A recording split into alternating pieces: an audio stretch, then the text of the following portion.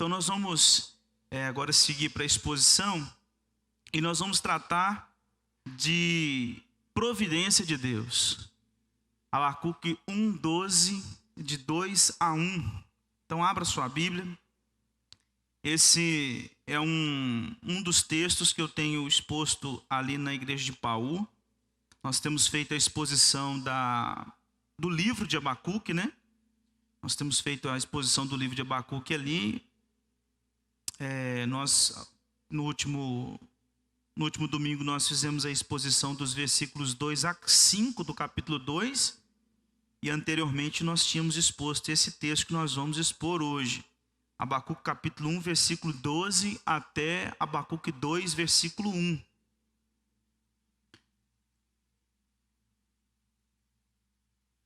Quando eu decidi fazer essa exposição, eu não imaginava que eu estaria passando exatamente por tudo isso que Abacuque e o povo de Israel estava passando nessa ocasião. Então tive o privilégio de pregar dois textos, que foi versículo 1 a 4, depois versículo 5 a 11, e aí depois ficamos nesse período um pouco afastados, e depois voltamos no versículo 12, diante das circunstâncias, né? E Deus tem falado muito ao nosso coração por intermédio desse livro, porque ele trata do problema do mal. E o objetivo de tratar esse assunto, na ocasião em que eu decidi fazer a exposição, foi exatamente diante desse caso que nós estamos vivendo desde o final de 2019, né? Que nós iniciamos com o período de Covid, do vírus, e aí se alastrou pelo ano de 2020, nós passamos o ano inteiro nesse caos mundial, até entrarmos em 2021 ainda nessa história, já estando aí em maio de 2021 e ainda inseridos nesse contexto, e a gente se pergunta por que nós estamos vivendo tudo isso. Então é exatamente um dos questionamentos que Abacuque faz e que nós, através da leitura do texto e da exposição do livro, nós seremos confortados, consolados e redirecionados. Então, continue com a sua Bíblia aberta em Abacuque capítulo 1, versículo 12, até o versículo 2, até o capítulo 2, versículo 1. Antes nós vamos orar mais uma vez.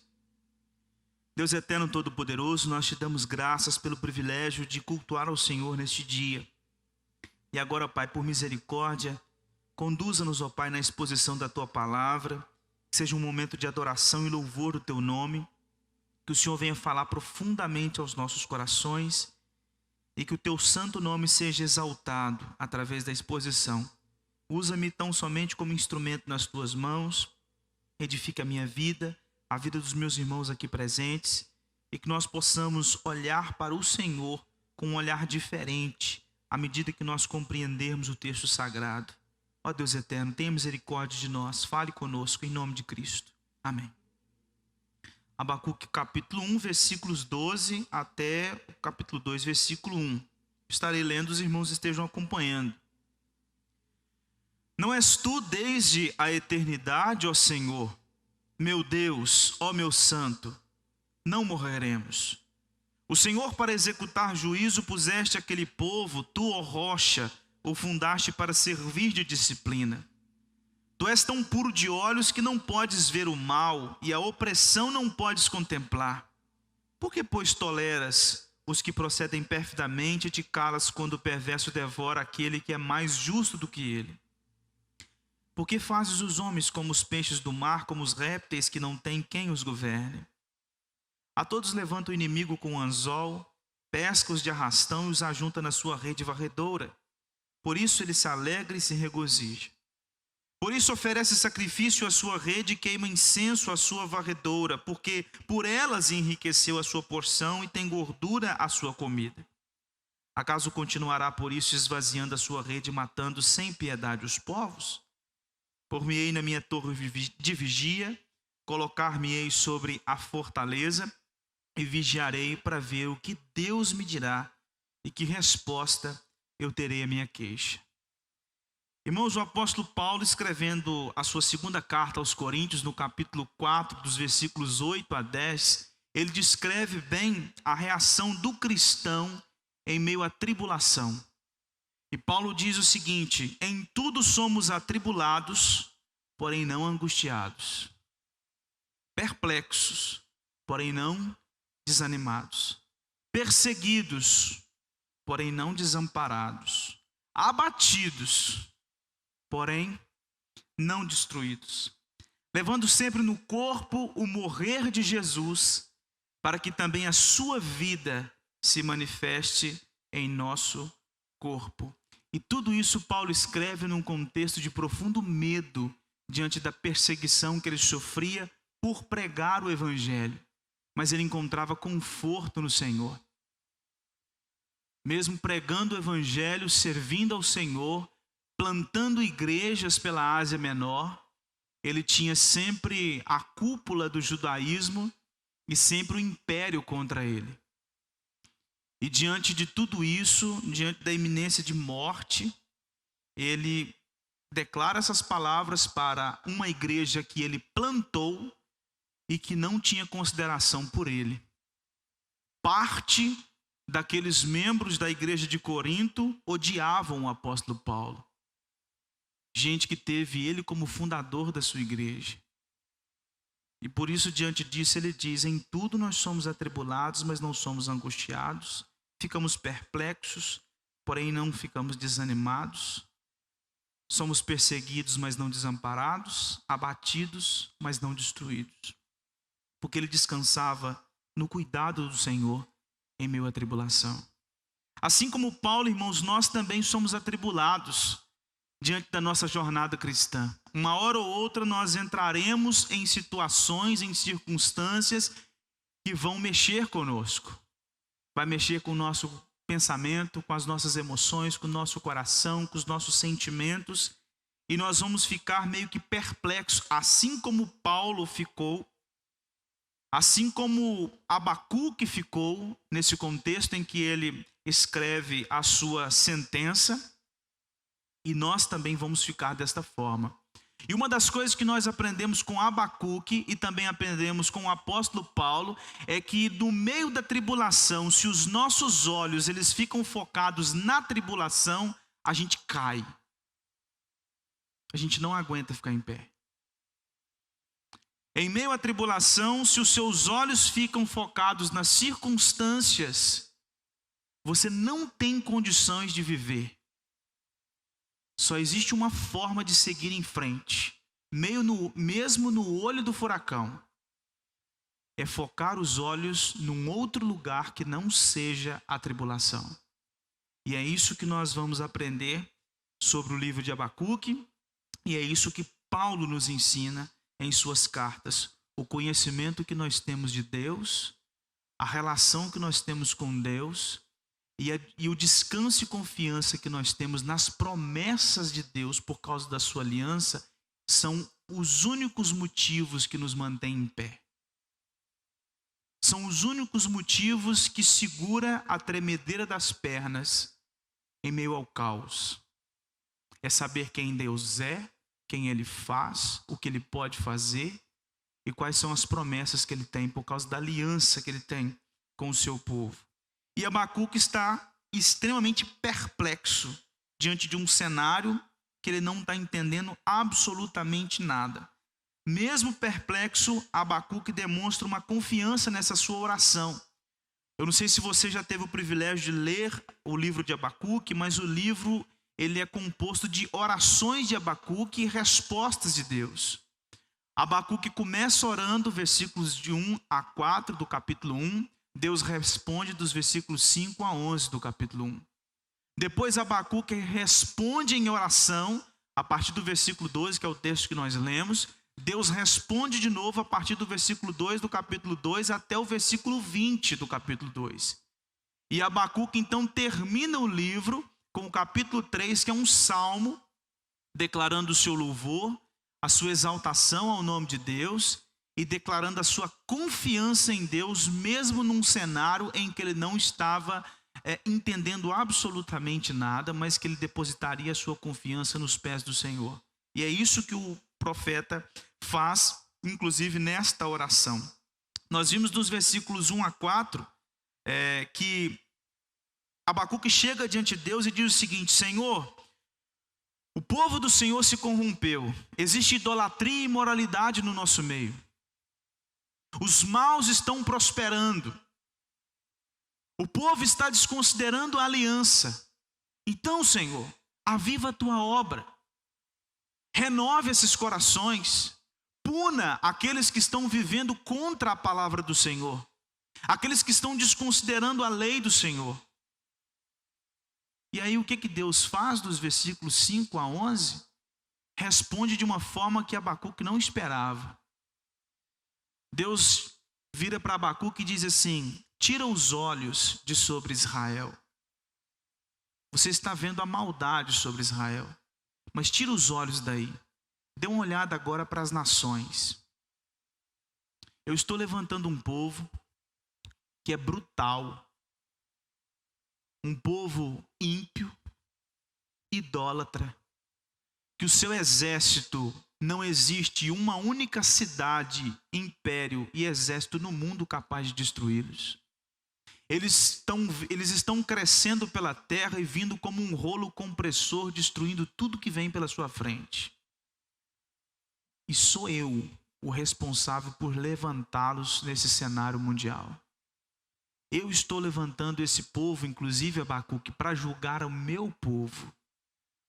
Os caldeus estão crescendo pelo mundo afora e eles vão chegar nas fronteiras de Israel e eles vão destruir as muralhas, eles vão destruir as casas, eles vão matar o meu povo e eles vão levar uma parte do meu povo cativo por 70 anos. E Abacuque então volta a sua oração para Deus e diz assim: espera aí que eu não estou entendendo nada. Eu orei por avivamento e orei por correção dos maus. O Senhor vem e me diz que vai usar um povo que é muito pior do que a gente, que não tem consideração pelo Senhor. Tudo bem que o nosso povo está cometendo idolatria, tudo bem que o nosso povo está vivendo em imoralidade, mas o Senhor está usando um povo que é pior do que a gente para julgar a gente. O Senhor está levantando os caldeus que não têm consideração alguma pelo Senhor, não crê no Senhor, serve a outros ídolos, vive na imoralidade, idolatram a sua própria força e poder, e o Senhor vem me dizer que vai usar os caldeus como vara de disciplina para julgar o teu povo, o povo da aliança. É bem verdade que olhando para o passado eu vejo o Senhor destruindo nações, cidades, por causa do teu povo. Então o Senhor está querendo dizer que agora é a vez do teu povo tombar diante de um exército? Eu não estou entendendo absolutamente nada. Absolutamente nada. E então por isso que Abacuque se vê perplexo diante do agir de Deus. A pergunta de Abacuque, ela pode ser feita assim, pode ser trazida para nós da seguinte forma: o que o Senhor está cometendo, o que o Senhor está fazendo é justo? É justo isso? É justo nós sofrermos da forma que o Senhor está dizendo que nós vamos sofrer, nas mãos de um povo que nem considera o Senhor? É justo isso? É justo o seu povo minguar nas mãos de um povo idólatra? É justo nós sofremos desse jeito?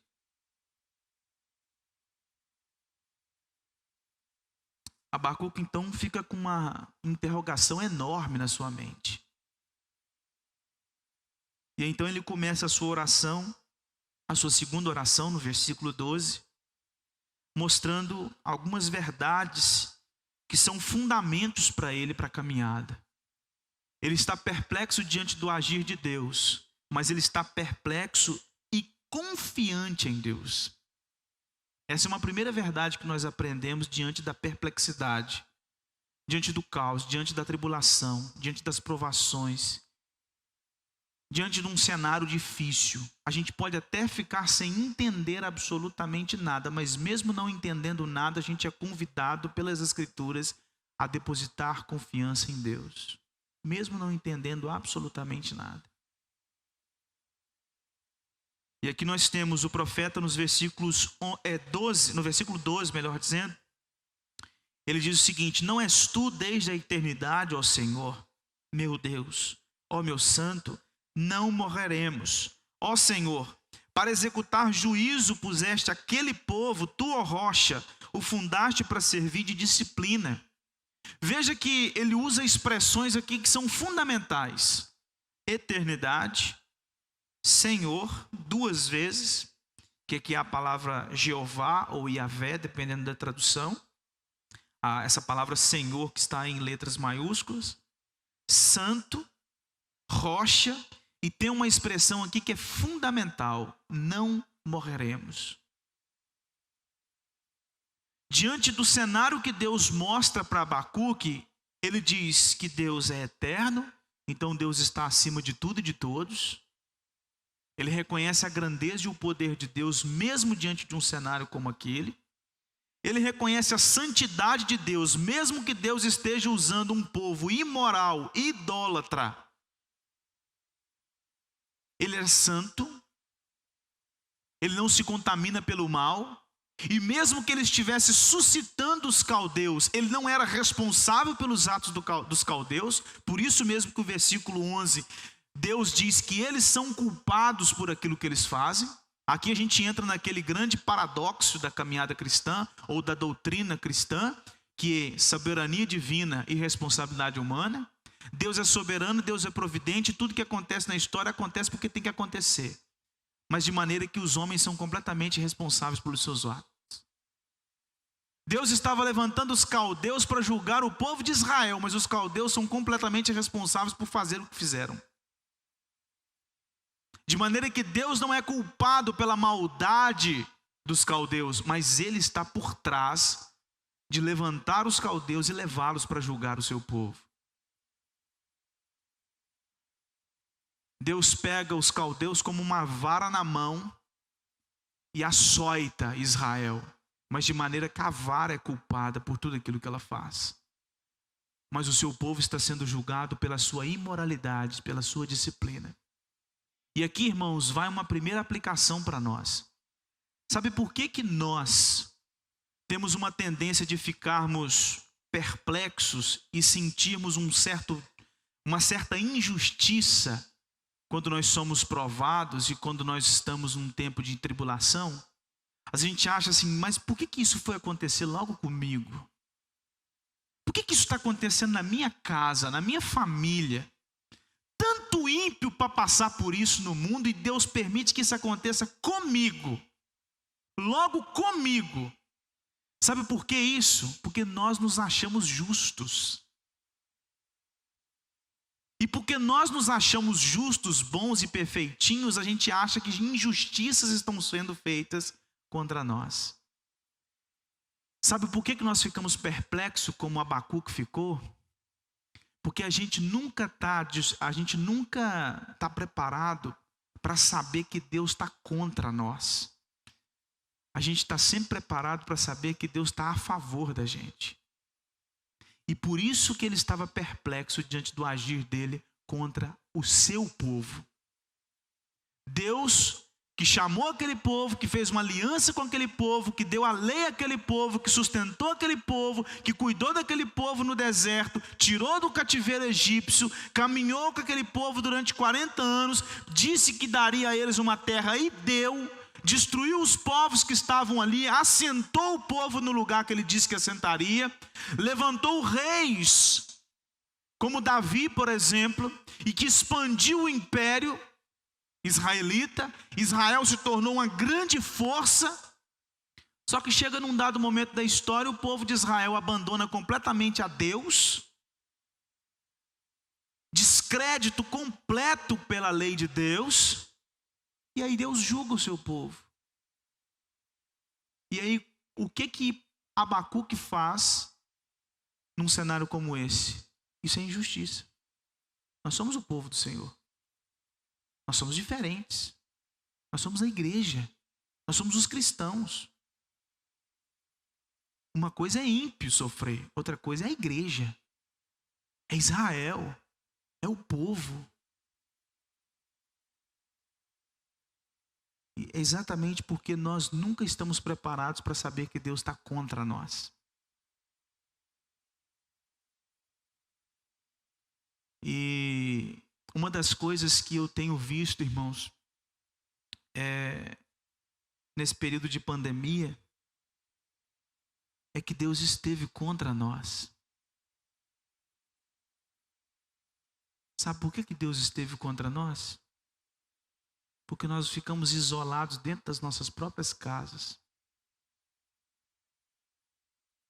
Nós estamos negligenciando o culto ao Senhor já faz tempo.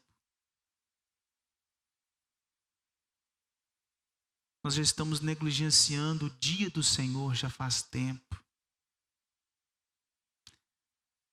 Nós estamos descansando em outras coisas que não o nosso Deus, então nós estamos cometendo idolatria já faz tempos. E aí sabe o que Deus faz?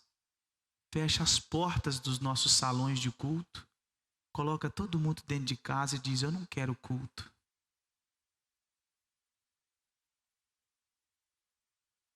Fiquem nas suas casas. A falta de deleite de vocês já chegou no meu limite. Então, fique em casa. Sabe por quê? Israel ficou 70 anos no cativeiro babilônico. Não existia templo para cultuar. 70 anos sem culto. Nós ficamos alguns meses. E Deus está nos ensinando ainda a termos deleite nele. Só que Abacuque, ele reconhece que Deus é eterno, Deus é santo, mas ele reconhece que mesmo em meio a uma situação adversa como essa que nós estamos vivenciando ainda de Covid, Deus é nossa rocha, em quem nós encontramos descanso, segurança, conforto, porque rocha é estabilidade.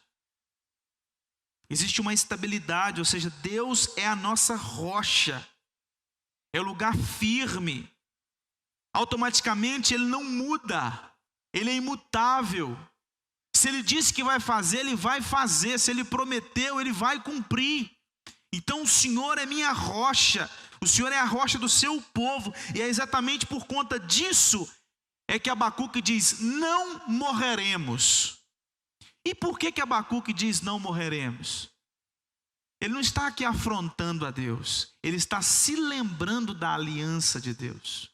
O Senhor disse aos profetas do passado, o Senhor chamou Davi e fez uma aliança com ele, o Senhor fez uma aliança com Abraão, o Senhor fez uma aliança com os antepassados, e o Senhor disse que do nosso povo surgiria o Messias. Do nosso povo viria aquele que resgataria a nós de um cenário de profundo mergulho numa imoralidade espiritual.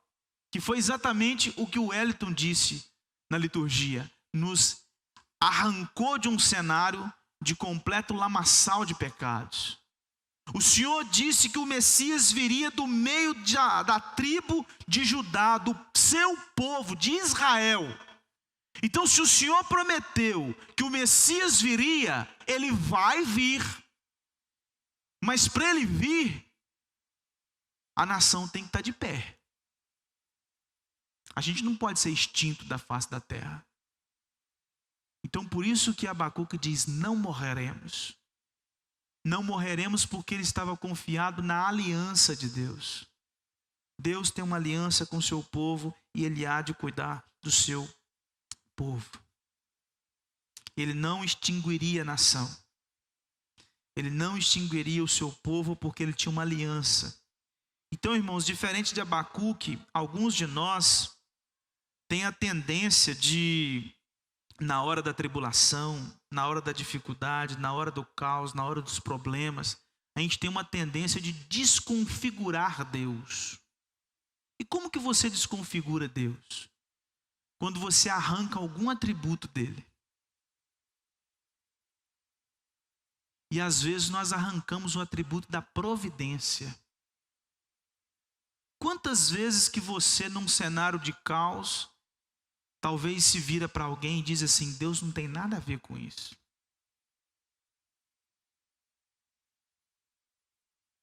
Como uma certa feita eu ouvi de uma pessoa assim: Deus tinha outros planos para nós. Deus tinha um plano de uma vida boa, perfeita, de plena alegria nessa terra, de deleite. Mas aí o diabo veio e lançou a gente na imoralidade e destruiu completamente os planos de Deus. Se você faz isso, você está desconsiderando a providência de Deus e você está desconsiderando aquilo que o próprio Jó disse no final da sua jornada. Bem sei que tudo podes e nenhum dos seus planos pode ser frustrado. Se nenhum dos seus planos pode ser frustrado, logo a queda tinha que acontecer porque foi decretada por Deus. Se a queda foi decretada por Deus, o mundo que Deus planejou é esse que nós estamos vivendo. Se você arranca isso, você desconfigura Deus. E o que Abacuque faz? Ele não desconfigura. Ele diz quem Deus é.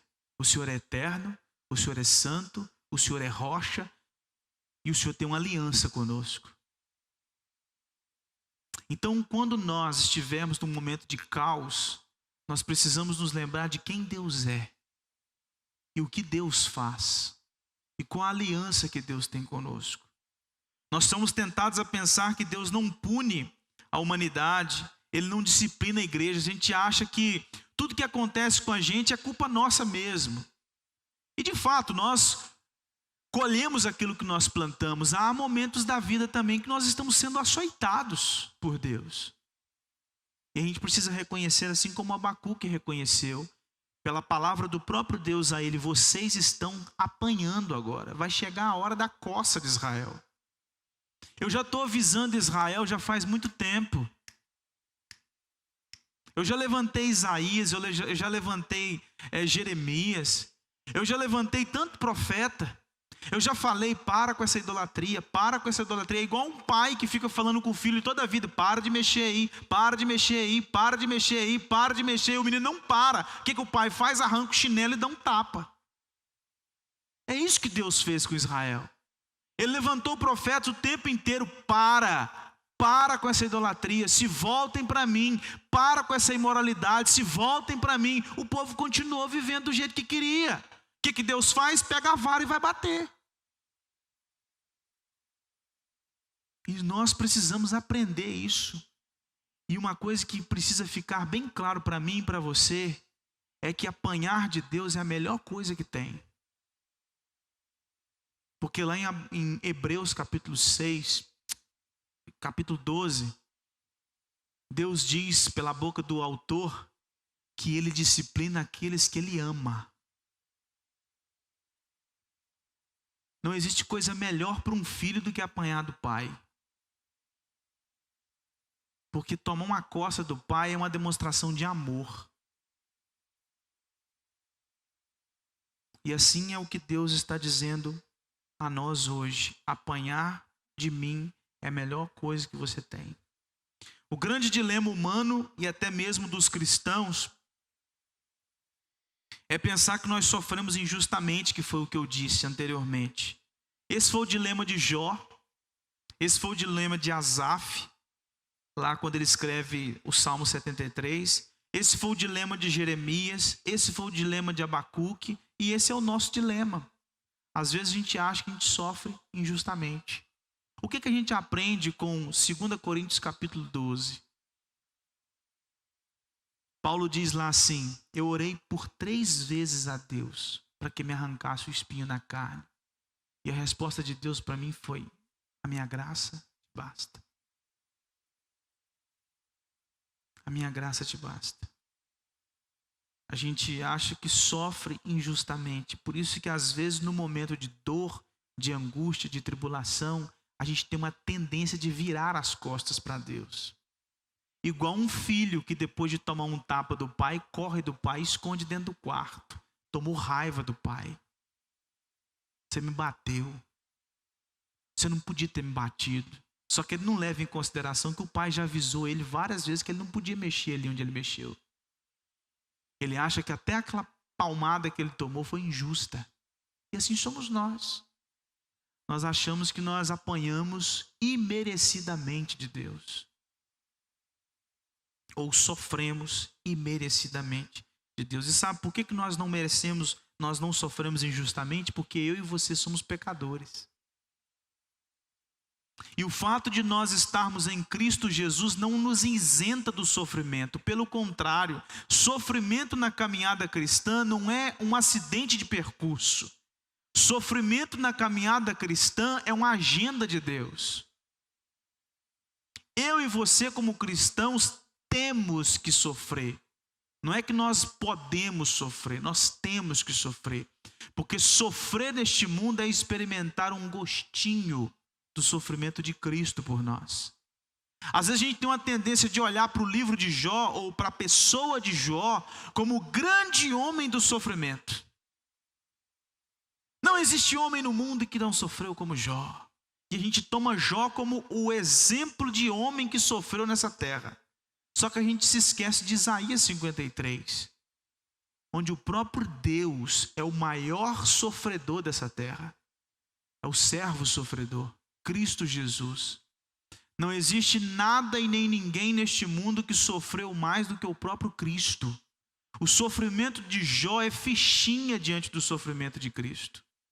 O que Jó passou não chega aos pés do que Cristo passou na cruz. Porque Jó sofreu, mas Cristo sofreu o inferno, coisa que a igreja não vai passar. Hoje eu coloquei no boletim lá da igreja de Paú um texto de Thomas Watson, que o título tem assim, O Inferno Fácil. E o Watson ele trabalha naquele texto da seguinte forma: todo sofrimento que nós passamos nesse mundo é um inferno fácil. Porque o inferno, quem sofreu foi Cristo por nós.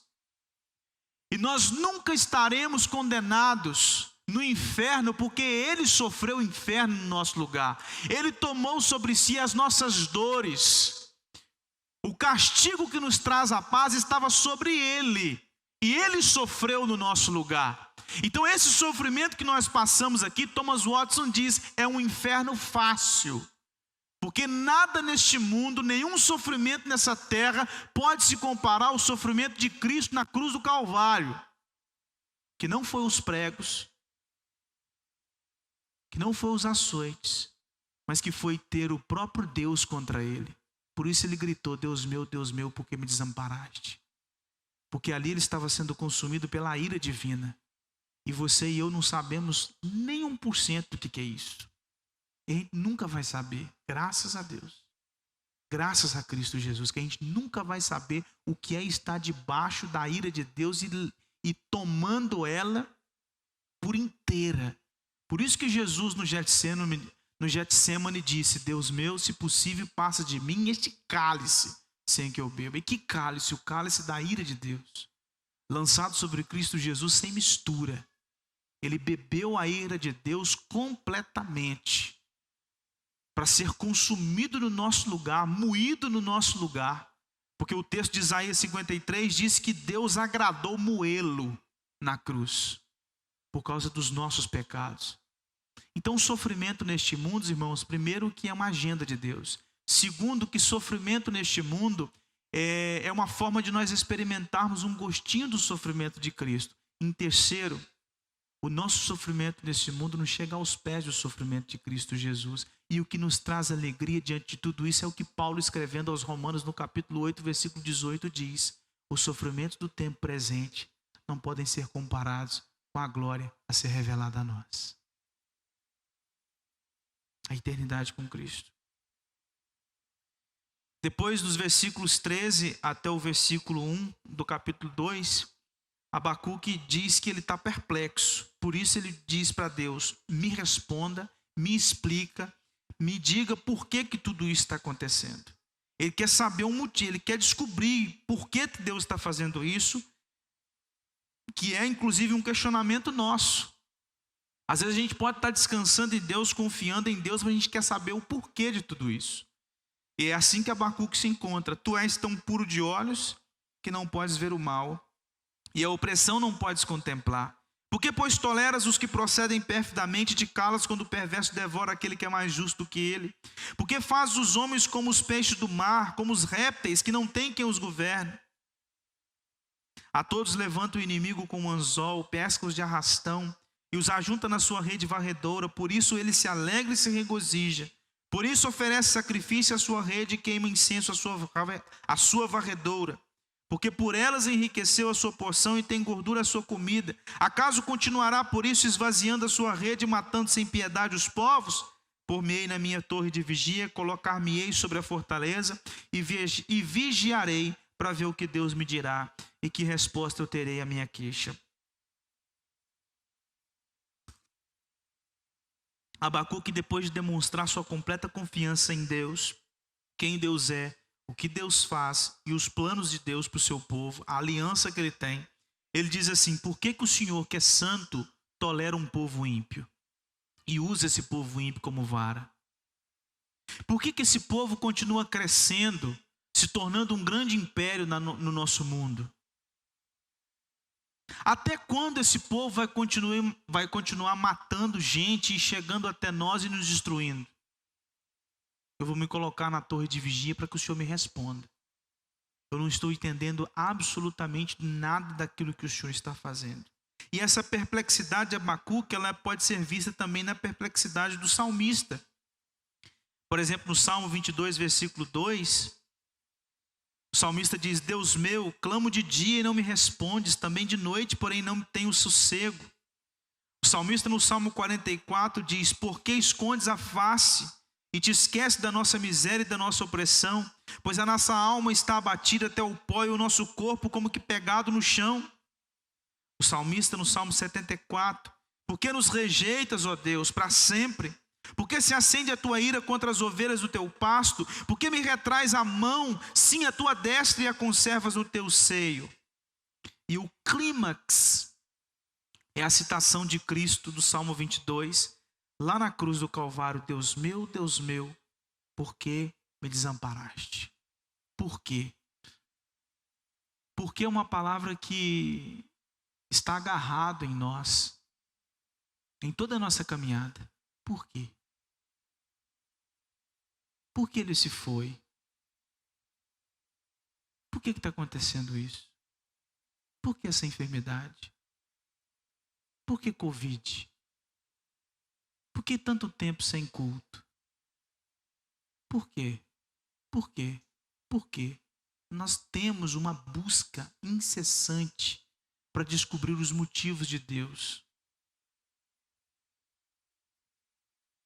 O apóstolo Pedro diz o seguinte: pois também Cristo morreu uma única vez pelos pecados, o justo pelos injustos. Ou seja, nós somos salvos porque o único justo que pisou nessa terra sofreu por injustos como eu e você. E por isso que sofrimento faz parte da nossa caminhada, por sermos pecadores. Justificados, mas pecadores. Servos de Cristo, mas pecadores. Herdeiros dos novos céus e nova terra com Cristo Jesus, mas pecadores. Santos, mas pecadores. Eleitos, mas pecadores. A gente nunca pode se esquecer disso. O povo de Israel viu várias vezes Deus julgando povos, como é o caso, por exemplo, do Egito, que sofreu nas mãos de Deus. Tantos outros povos, quando o povo chegou na região de Canaã. Mas agora sofrer na mão de Deus, do mesmo jeito que as tribos e os povos pagãos, era algo que o povo ainda não tinha visto. Mas Deus já havia dito para o povo que isso aconteceria se eles descumprissem a sua lei. Lá em Deuteronômio capítulo 8, versículo 19 e 20, Deus disse assim por boca de Moisés: se te esqueceres do Senhor teu Deus e andares após outros deuses e os servires e os adorares, protesto hoje contra vós outros que perecereis. Como as nações que o Senhor destruiu diante de vós, assim perecereis, porquanto não quiseste obedecer à voz do Senhor vosso Deus. Veja que lá, quando Deus deu a lei a Moisés, muito antes do povo chegar na terra prometida, muito antes dos reis de Israel, muito antes do cativeiro babilônico, Deus já havia dito pela boca de Moisés: se vocês andarem após outros deuses, eu vou destruir vocês do mesmo jeito que eu destruí os povos que vocês viram eu destruir. E foi exatamente isso que aconteceu. Então Deus está cumprindo a sua palavra. Deus está dizendo exatamente o que ele iria fazer. E então nesses versículos 14 e 17, eu acho muito interessante porque Abacuque, ele diz novamente tudo aquilo que Deus havia dito nos versículos 6 a 11 a respeito dos caldeus. Porque nos versículos 6, olha só, no versículo 6, Deus diz o seguinte pela boca de Abacuque: esse povo é uma nação amarga, impetuoso, eles são pavorosos, eles são terríveis, eles criam o seu próprio direito. O exército deles é incrível, eles são violentos, eles reúnem os cativos como areia, eles fazem chacota dos reis, dos príncipes, eles riem das fortalezas, porque não existe fortaleza no mundo capaz de barrá-los. Eles são completamente idólatras, entregues à sua própria força, tendo o seu poder como Deus. E aí Abacuque faz a mesma coisa para Deus agora. Como que o Senhor vai usar esse povo que é perverso, que ajunta os homens como répteis, que anda a todo lugar arrastando os cativos como se fosse numa rede? Aqui ele traz a linguagem de pescaria, como se os caldeus lançassem uma rede e saíssem puxando os peixes. E essa é a ideia aqui, os caldeus lançando a sua rede, arrastando os cativos, destruindo todo mundo aonde quer que eles passassem. No versículo 16 ele fala de novo da idolatria desse povo. É uma forma de escrita hebraica essa repetição. Ele está trazendo de novo tudo aquilo que os caldeus são e dizendo para Deus: eu não acredito que o Senhor vai usar esse povo imoral, idólatra, perverso, violento, que destrói tudo ao seu redor para nos julgar, porque o Senhor é puro de olhos. Não é possível que o Senhor está por trás desse negócio. Não é possível que o Senhor está por trás dessa maldade toda. Por isso que ele se coloca na torre de vigia para descobrir por quê. Por quê? Por que tudo isso?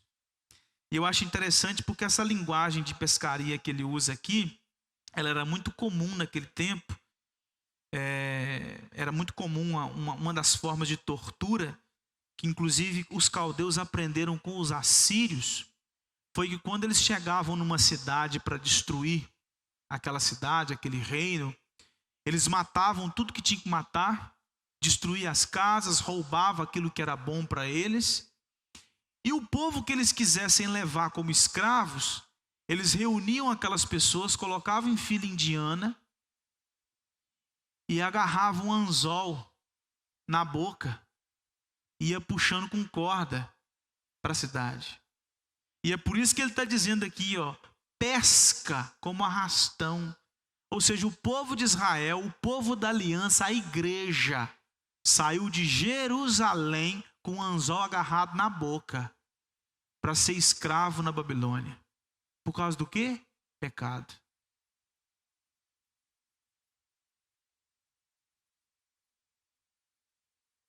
Por causa do pecado. Até quando esse povo vai continuar realizando essas atrocidades e o teu povo vai minguar? Abacuque está perplexo. E aqui nós aprendemos algumas coisas. Nós devemos responder, irmãos, aos princípios de fé, aos problemas que a gente passa na vida com alguns princípios de fé, como Abacuque fez. Quando você estiver enfrentando dificuldades, problemas, tribulação, situações difíceis, nunca esqueça quem Deus é, o que Ele faz e a promessa que Ele tem. Nunca esqueça essas coisas. Em segundo lugar, às vezes nós ouvimos algumas pessoas dizendo que Deus não tem nada a ver com a maldade no mundo, Mas saiba que Deus usa a maldade no mundo para cumprir os seus decretos. Deus usou o diabo no Éden para que a queda ocorresse. Aí você diz assim: não, eu não acredito assim. Eu acho que ali eles foram completamente livres e decidiram, tudo bem, eles tomaram as decisões deles. E Deus está dizendo exatamente isso para Abacuque. Os caldeus são completamente responsáveis por aquilo que eles fazem. Eles são livres para tomar essas decisões. Mas o que aconteceu no Éden aconteceu porque tinha que acontecer. De maneira que eles foram completamente responsáveis por aquilo que fizeram. Não, Arthur, eu não acredito assim. Então você acredita num Deus que não é soberano sobre tudo. Que não rege a história. Porque se existe um pedaço da história, uma linha da história, uma parte do universo que Deus não é providente, não é soberano, então Ele não é o Deus que eu e você devemos crer. Então agora eu vou fechar a Bíblia, vou embora e vou viver como ímpio, porque acreditar num Deus que não tem controle da história, que não é soberano sobre tudo e sobre todos, então é melhor viver como ímpio. Porque servir a um Deus assim, para mim, é servir qualquer outro Deus que tem aí fora. Não, nós cremos num Deus que é soberano e providente, de maneira que nada acontece sem que Ele esteja regendo, sem que Ele esteja cuidando.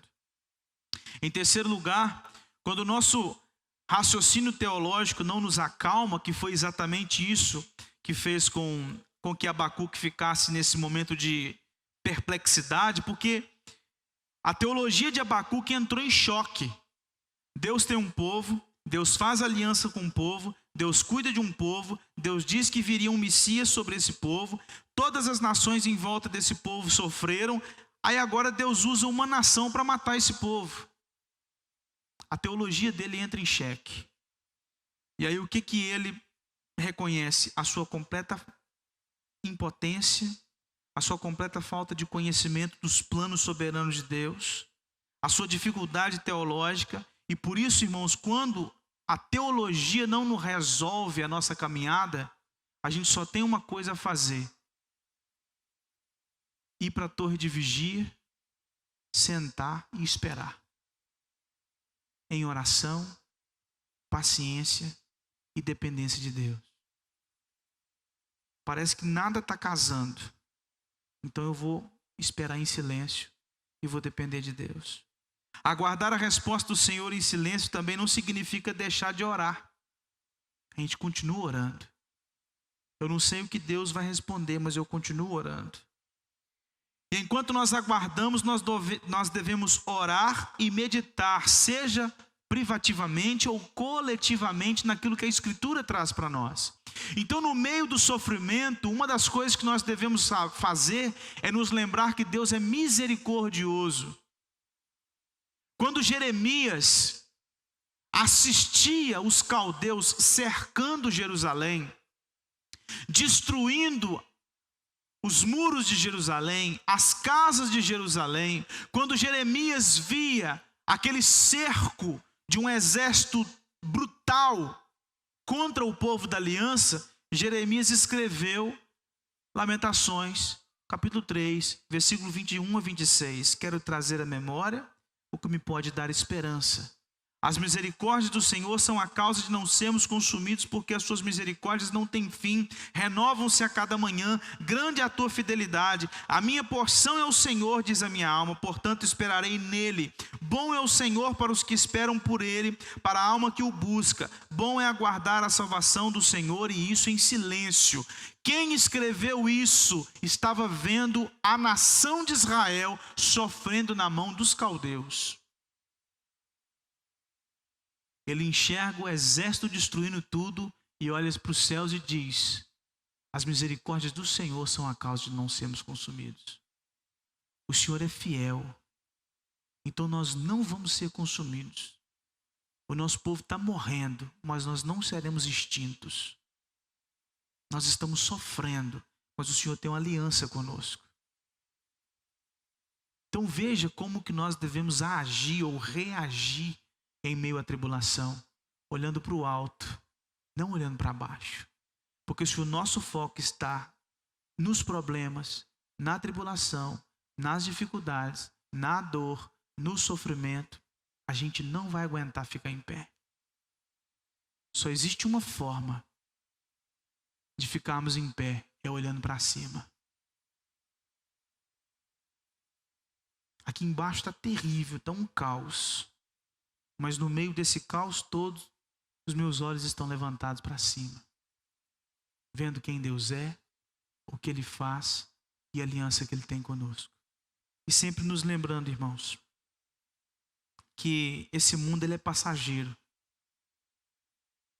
Não existe um mundo, esse mundo aqui sem sofrimento.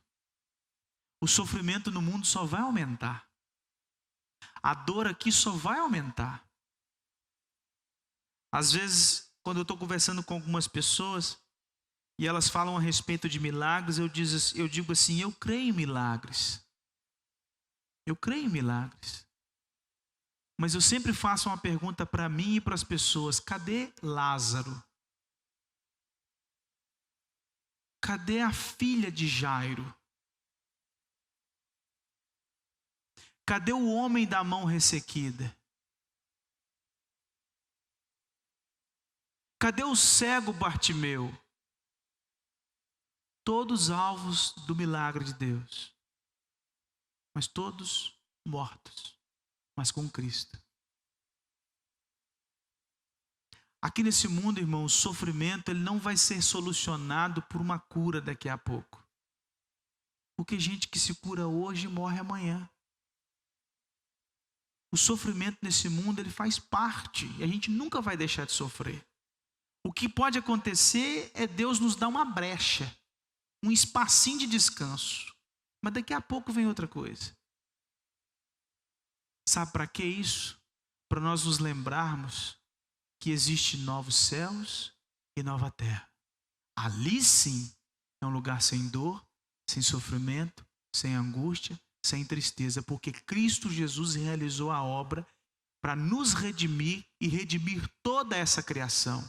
E por isso que a minha esperança e a sua esperança não deve estar aqui, mas lá, em novos céus e nova terra. Porque lá sim, nós experimentaremos o pleno gozo, a plena alegria, a plena satisfação, o pleno relacionamento com Deus. Aqui as coisas são assim mesmo. Aqui as coisas são difíceis mesmo. E essa dificuldade que nós enfrentamos aqui é para tirar essa raiz que nós temos nesse mundo.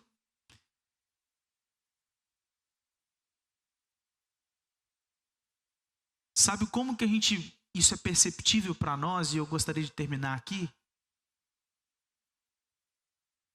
Eu estou com a minha esposa com 28 anos. E eu oro para ela sair e sair bem. Mas se ela tivesse 95, eu oraria também. Porque a gente sempre quer continuar. A gente sempre quer continuar. E aí eu me lembro de Lloyd Jones.